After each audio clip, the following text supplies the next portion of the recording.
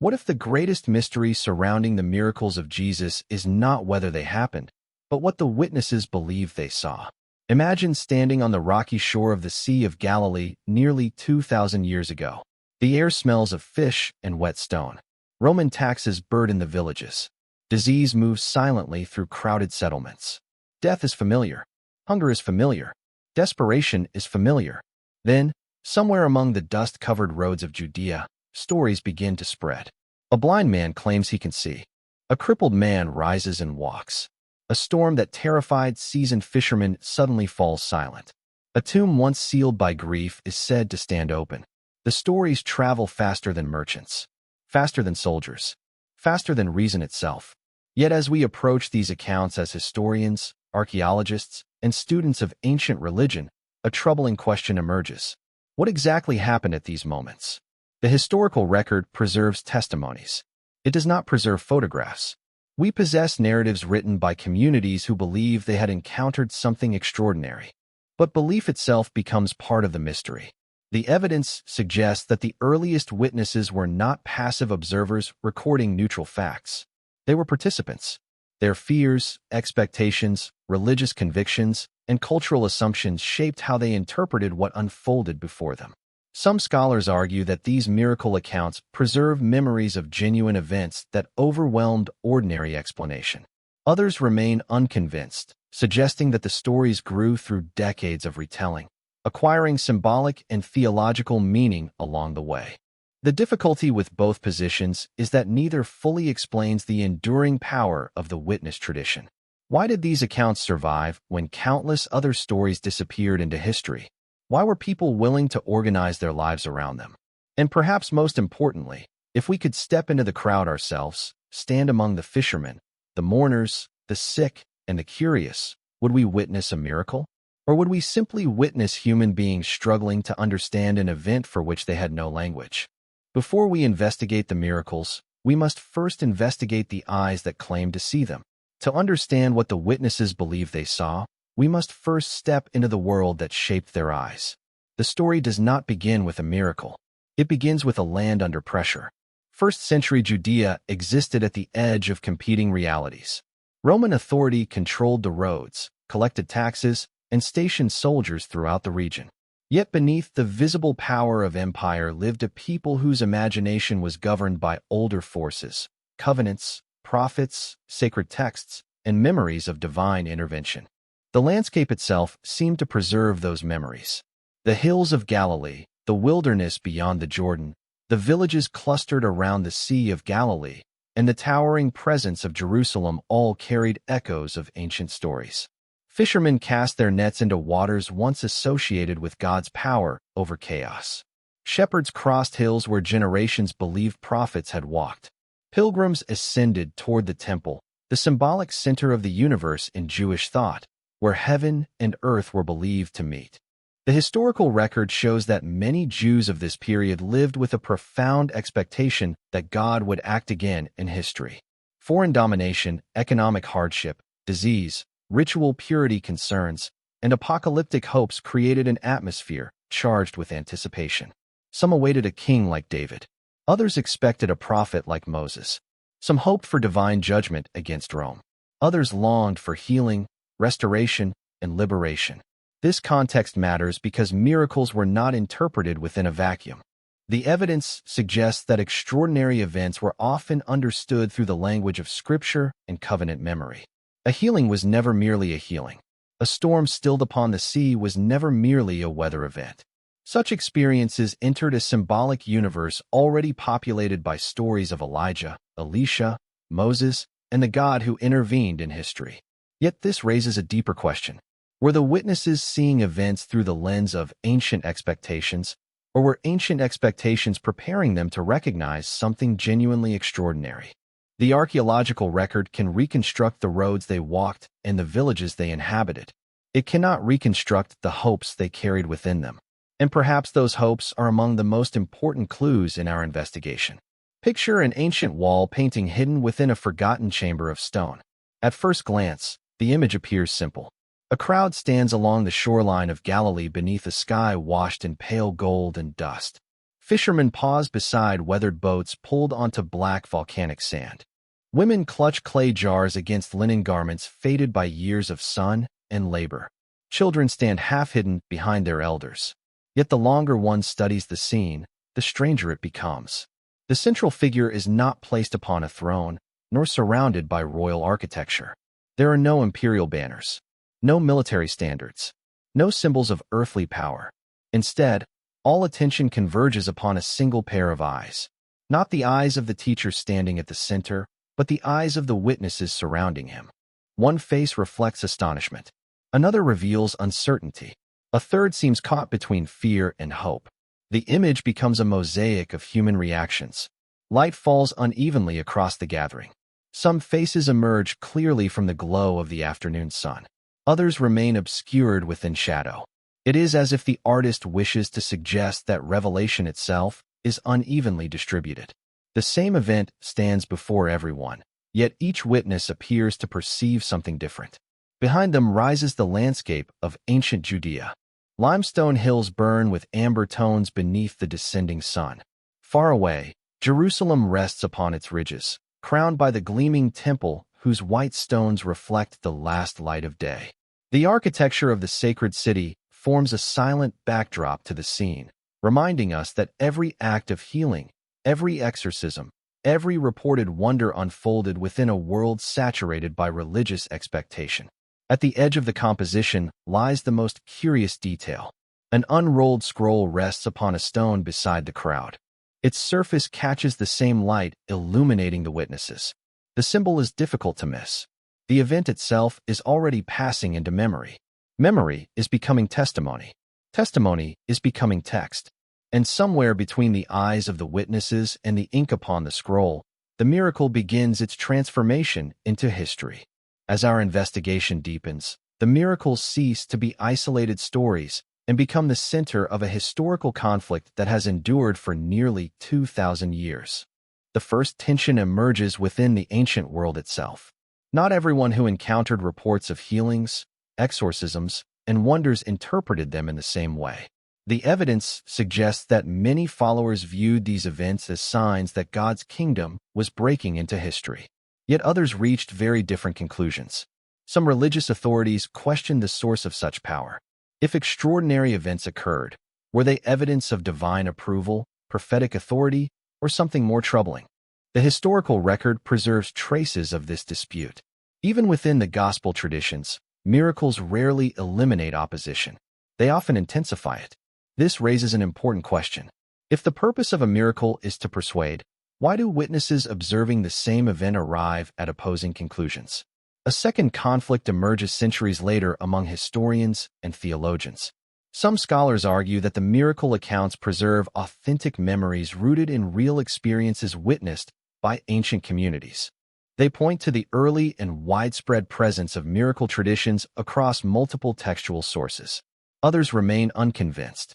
They suggest that oral transmission, theological reflection, and communal memory gradually shaped the stories into their present form.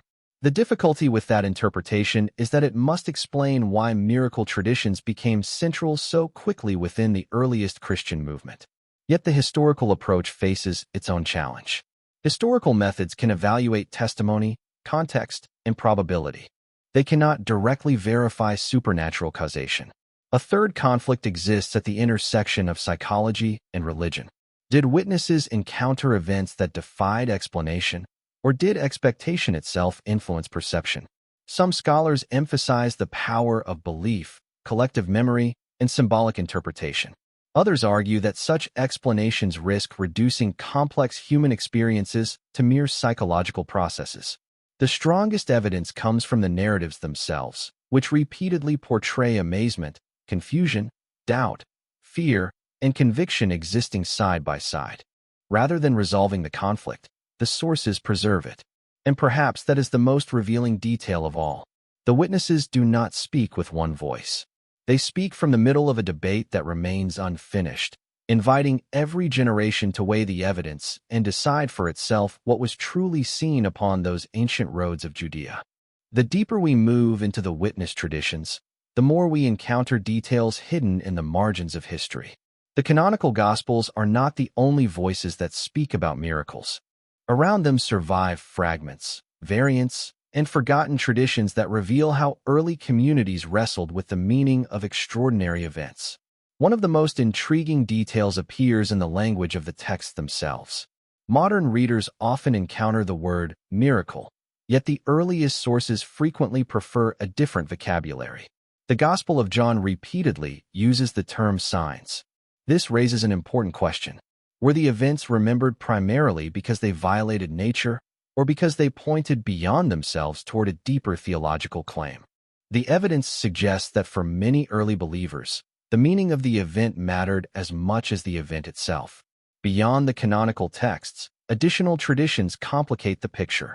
Some later writings portray miracles in far more dramatic forms than those found in the earliest sources. Certain apocryphal accounts describe extraordinary acts performed during childhood, stories absent from the canonical record. Some scholars argue that these later narratives demonstrate how miracle traditions expanded through devotional imagination. Others caution that their existence may preserve fragments of older oral traditions now lost. The difficulty with both interpretations is that the evidence remains incomplete. We possess texts. We do not possess the full chain of transmission behind them. Even within surviving manuscripts, small variations appear. A witness may react with fear in one version and amazement in another. A crowd may glorify God in one account while remaining silent elsewhere. Most of these differences are minor, yet they remind us that memory enters history through human hands. The strongest evidence comes from the earliest layers of tradition, but even there, questions remain. Why do some miracle stories appear in multiple independent sources while others emerge only once? Why are certain details preserved while others vanish? The historical record shows that ancient communities were not merely preserving information. They were preserving meaning. And as we follow these hidden textual trails through parchment, memory, and oral tradition, we begin to see that the mystery is not only what happened. The mystery is how generations of witnesses chose to remember what they believed had happened. If we look beyond the surface of the miracle stories, a network of symbols begins to emerge, and those symbols may reveal as much about the witnesses as about the events themselves. The first symbol is water. Again and again, crucial moments unfold beside seas, wells, storms, and crossings. In ancient Jewish thought, water was never merely water. The Hebrew scriptures often portrayed the sea as a place of chaos, uncertainty, and forces beyond human control. When witnesses reported a storm subdued or a figure walking upon the waters, ancient audiences would have recognized echoes of older traditions in which divine authority was revealed through mastery over chaos itself. A second symbol appears in bread. Modern readers may focus on quantity when reading accounts of multiplied loaves, yet the symbolic world of antiquity pointed elsewhere. Bread represented survival, covenant provision, and communal identity. The evidence suggests that feeding narratives resonated because they recalled wilderness traditions in which divine care sustained entire communities. The miracle was not simply abundance. It was the restoration of order in a world marked by scarcity. Then there are the eyes of the witnesses themselves. This may be the most overlooked symbol in the entire investigation. Blindness and sight appear repeatedly throughout the narratives. Historically, some accounts may preserve memories of actual healings. Theologically, however, sight often functions as a metaphor for understanding. Those who physically see may fail to perceive the meaning of events. Those once blind may suddenly recognize truths hidden from others. Some scholars argue that these stories operate simultaneously on historical and symbolic levels. Others remain unconvinced, warning against reducing every event to metaphor. Yet the debate itself highlights the richness of the tradition. Archaeology can reconstruct fishing villages, roads, synagogues, and burial caves. It cannot fully reconstruct the symbolic universe through which ancient people interpreted those places. The strongest evidence comes from the convergence of text, culture, and tradition. Water becomes chaos. Bread becomes provision. Sight becomes understanding. Illness becomes exclusion. Healing becomes restoration to community. My reading of the evidence is that the miracle stories function not merely as reports of extraordinary events, but as symbolic maps of how ancient people understood suffering. hope, divine action, and the fragile boundary between the visible world and the unseen reality they believed surrounded it. Among the many interpretations proposed throughout history, some of the most controversial do not deny the miracle accounts. Instead, they challenge the way those accounts have traditionally been understood. One lesser-known line of interpretation emerged from scholars who observed that many miracle stories resemble patterns already present within ancient Jewish literature. The question they raised was not whether the events occurred, but whether the narratives were deliberately shaped to present Jesus as a new Moses, a new Elijah, or a fulfillment of prophetic expectations. The evidence suggests striking parallels. Bread appears in the wilderness. Storms are subdued. The sick are restored. The dead return to life. Some scholars argue that these echoes were intentionally woven into the narratives to communicate theological meaning. Others remain unconvinced, noting that literary symbolism does not automatically exclude the possibility of historical memory. Another controversial interpretation focuses on the witnesses themselves. Certain researchers have proposed that some miracle traditions may preserve accounts of profound religious experiences rather than purely observable external events. In this view, the transformation occurred not only in the world around the witnesses, but also within their perception of reality. The difficulty with that interpretation is that the texts frequently present miracles as public events witnessed by multiple individuals, not merely private visions. Yet supporters argue that ancient cultures often understood visionary and physical experiences as overlapping categories rather than separate ones. A third interpretation, once considered highly controversial, examines miracle stories through the lens of social restoration. The healing of a leper, for example, may have represented more than physical recovery. In the symbolic world of ancient Judea, illness often carried social and ritual consequences. Restoration to community could itself be experienced as a miracle. Some scholars argue that this social dimension explains part of the narrative's enduring power. Others caution that reducing miracles to social symbolism risks ignoring what the witnesses themselves claim to have experienced. The strongest evidence comes from the diversity of interpretations preserved across centuries. None fully explains every account. None eliminates all competing possibilities. My reading of the evidence is that the miracle traditions operate on several levels simultaneously: historical, symbolic, theological, and communal. Yet the debate remains open. And perhaps that is why these stories continue to unsettle scholars. The deeper we investigate them, the more difficult it becomes to separate what happened, what was experienced, and what those experiences came to mean. At this stage of the investigation, we encounter two major theories that have shaped the debate for generations. Both attempt to explain the same body of evidence. Both draw upon legitimate historical observations. Yet they lead to radically different conclusions. The first theory may be called the historical miracle interpretation. According to this view, the witness traditions preserve memories of extraordinary events that genuinely occurred within history. The evidence cited by supporters is significant. Miracle accounts appear across multiple early sources. They are embedded deeply within the earliest layers of Christian tradition. The historical record shows that even critics of the early movement often challenged the source of the reported powers rather than denying that unusual events were associated with Jesus. Some scholars argue that the persistence and consistency of these traditions suggest a historical core difficult to explain through invention alone. Yet the difficulty with this interpretation is methodological. Historians can evaluate testimony. They cannot directly verify supernatural causation. The second theory may be called the experiential interpretation. Here, the focus shifts from the external event to the experience of the witnesses. Supporters argue that ancient communities interpreted profound encounters through the symbolic language available to them. A remarkable healing, an unexpected recovery, a powerful religious experience, or a transformative communal event could gradually become understood as a miracle. The strongest evidence for this approach comes from studies of memory, oral tradition, and the symbolic nature of ancient storytelling. Yet others remain unconvinced. They argue that this explanation risks reducing the witness accounts to psychological processes and may underestimate the conviction expressed by those closest to the events. Between these positions lies a third possibility favored by some contemporary scholars. They suggest that the categories themselves may be too modern. Ancient witnesses did not always separate physical, spiritual, symbolic, and communal realities in the way later thinkers often do. What modern observers classify into different domains may have been experienced as a single reality.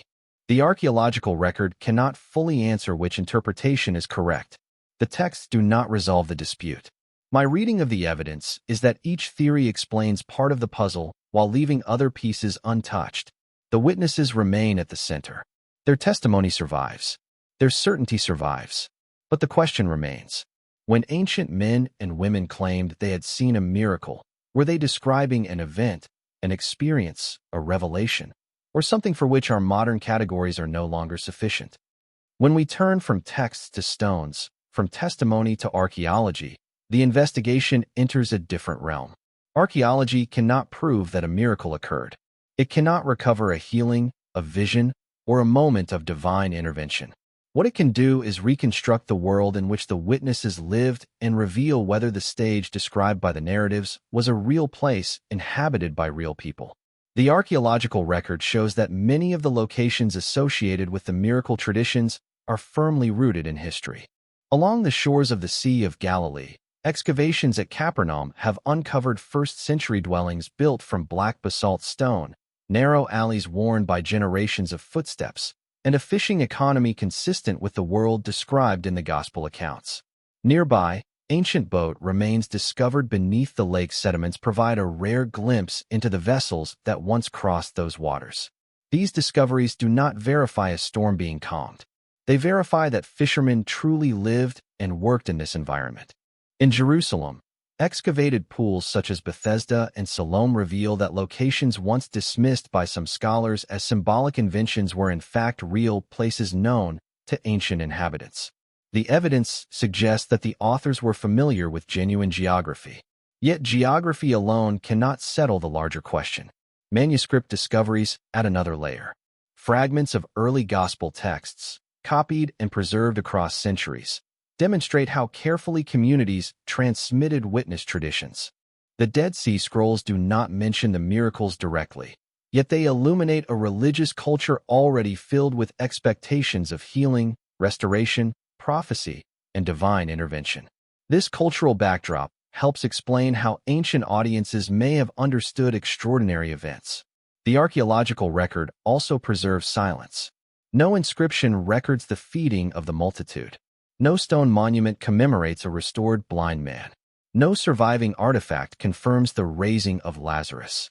The strongest evidence comes not from direct material proof, but from converging lines of context, geography, manuscript tradition, and cultural memory.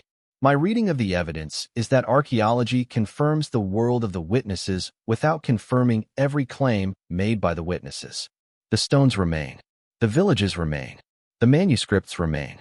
The miracles themselves remain beyond the reach of excavation.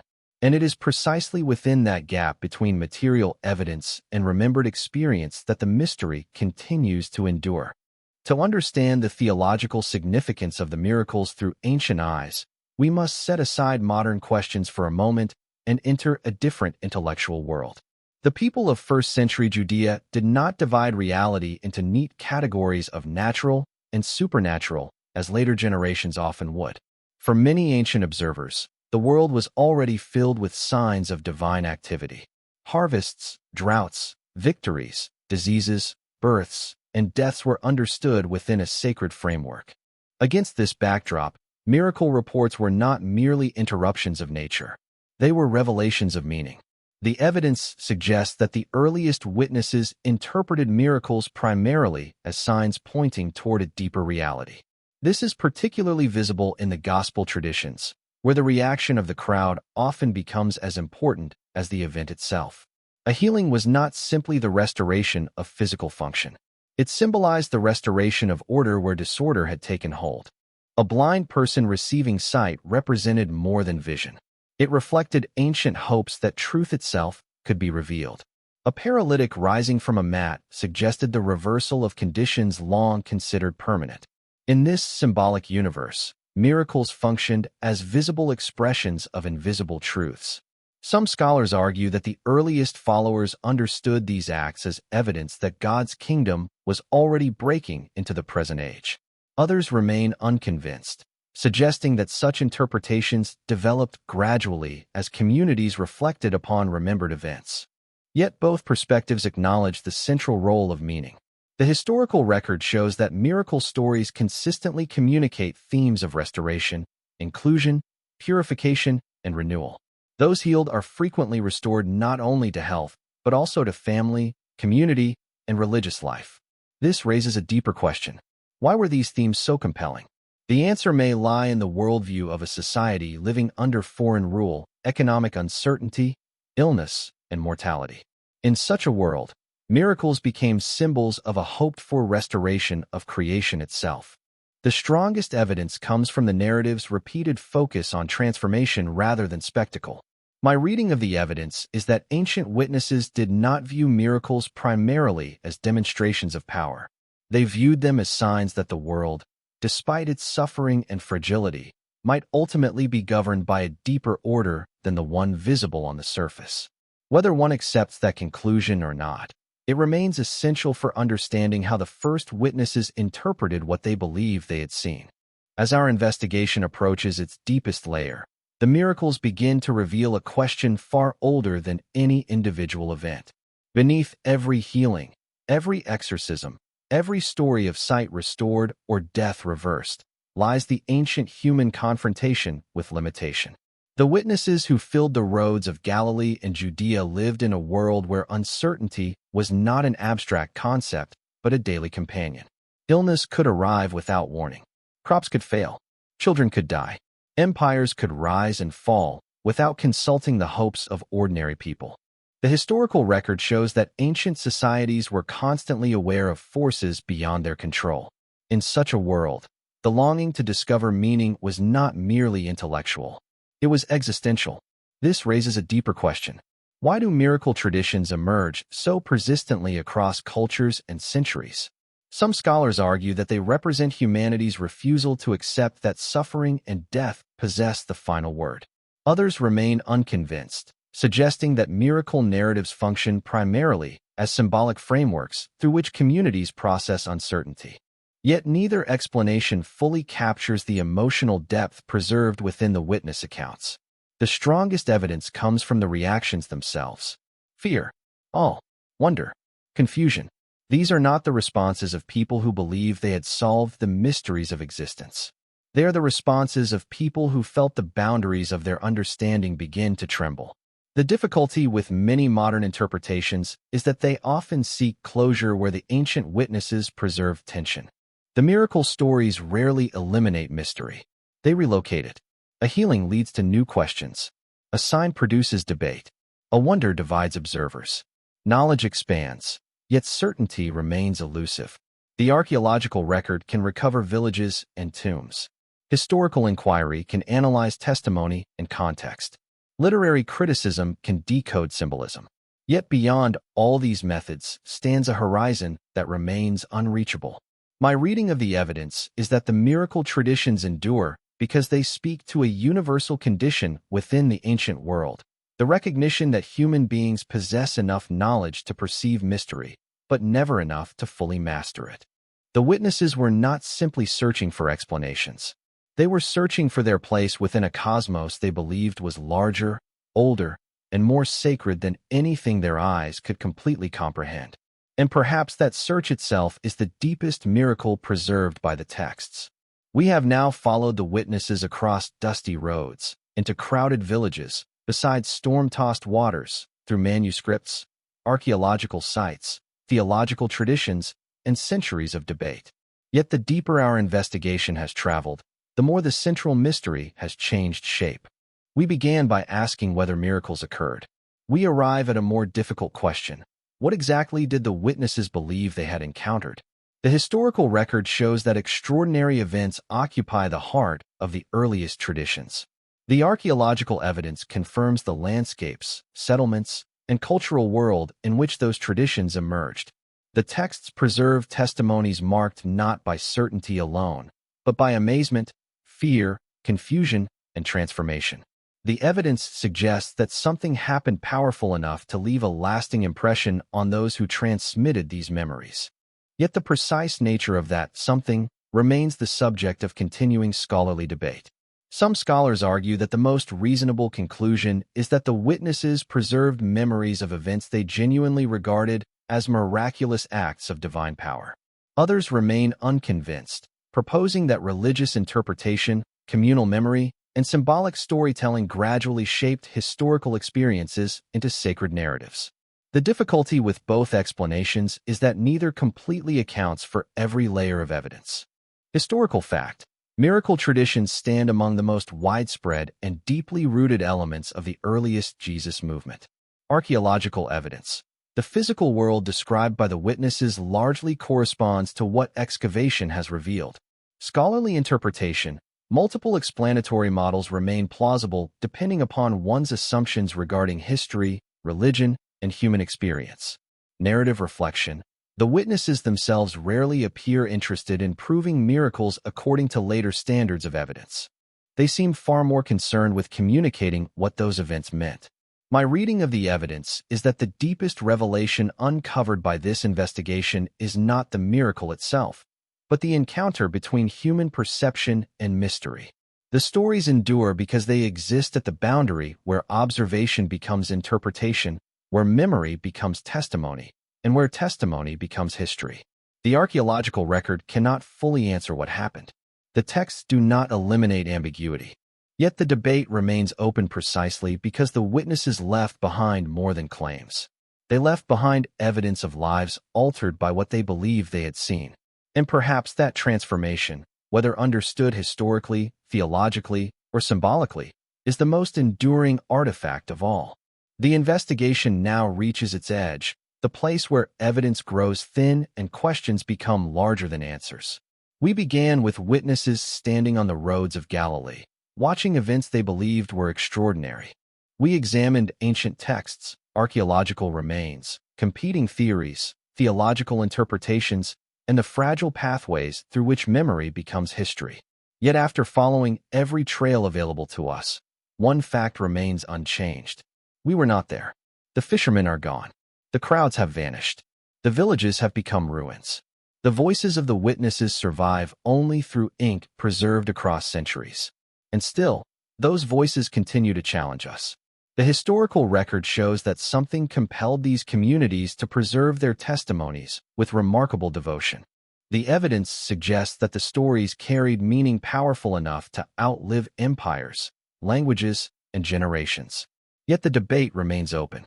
Some scholars see historical memories of extraordinary events. Others see religious experiences transformed into sacred narratives. Others argue that the distinction itself may be too narrow for understanding the worldview of the ancient witnesses. The archaeological record cannot fully answer the question. The manuscripts cannot fully answer the question. Even theology and historical criticism eventually encounter their limits. This raises a deeper question. What if the enduring mystery is not whether miracles happened, but why human beings have always searched for signs that reality contains more than what is immediately visible? Perhaps the witnesses were mistaken. Perhaps they were correct. Perhaps they experienced something that neither category fully captures. My reading of the evidence is that the greatest mystery preserved by these traditions is not the miracle itself, but the witness. Why did some people standing before the same event walk away unchanged, while others believe they had glimpsed the presence of something beyond ordinary experience? As this investigation closes, the question remains where it has always belonged. Not in the manuscripts, not in the ruins, not in the arguments of scholars, but in the space between observation and belief. If you had stood among the witnesses beside the Sea of Galilee, hearing the same words, seeing the same faces, watching the same events unfold before your eyes, would you have recorded a miracle in your memory? Or would you have returned home believing that nothing unusual had happened at all?